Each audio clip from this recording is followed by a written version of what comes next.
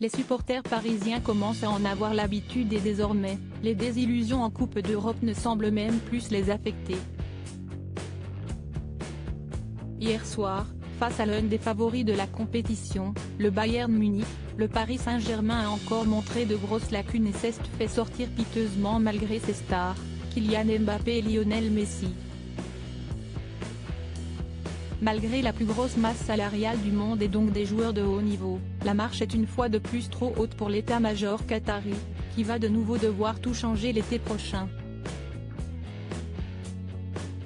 Si les supporters semblent lassés par la situation et qu'aucun vent de révolte ne monte de leur côté, il y a un journaliste qui était particulièrement remonté après le match.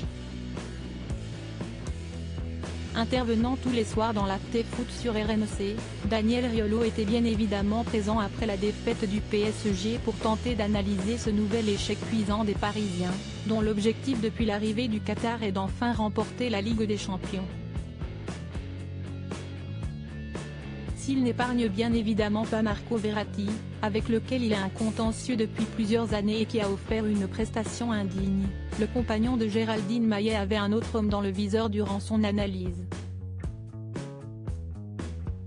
Je ne sais même pas s'il arrive à choisir entre un pain au chocolat et un croissant au petit déjeuner, connu pour ne pas avoir la langue dans sa poche. Daniel Riolo s'est prise assez violemment à Christophe Galtier, l'entraîneur parisien, arrivé l'été dernier.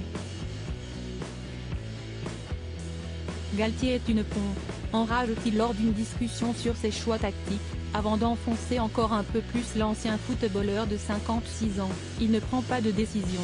Je ne sais même pas s'il arrive à choisir entre un pain au chocolat et un croissant au petit déjeuner. Excédé par les choix de l'entraîneur du PSG, Daniel Riolo n'a pas été tendre avec lui et il ne voit qu'une seule option pour lui en fin de saison.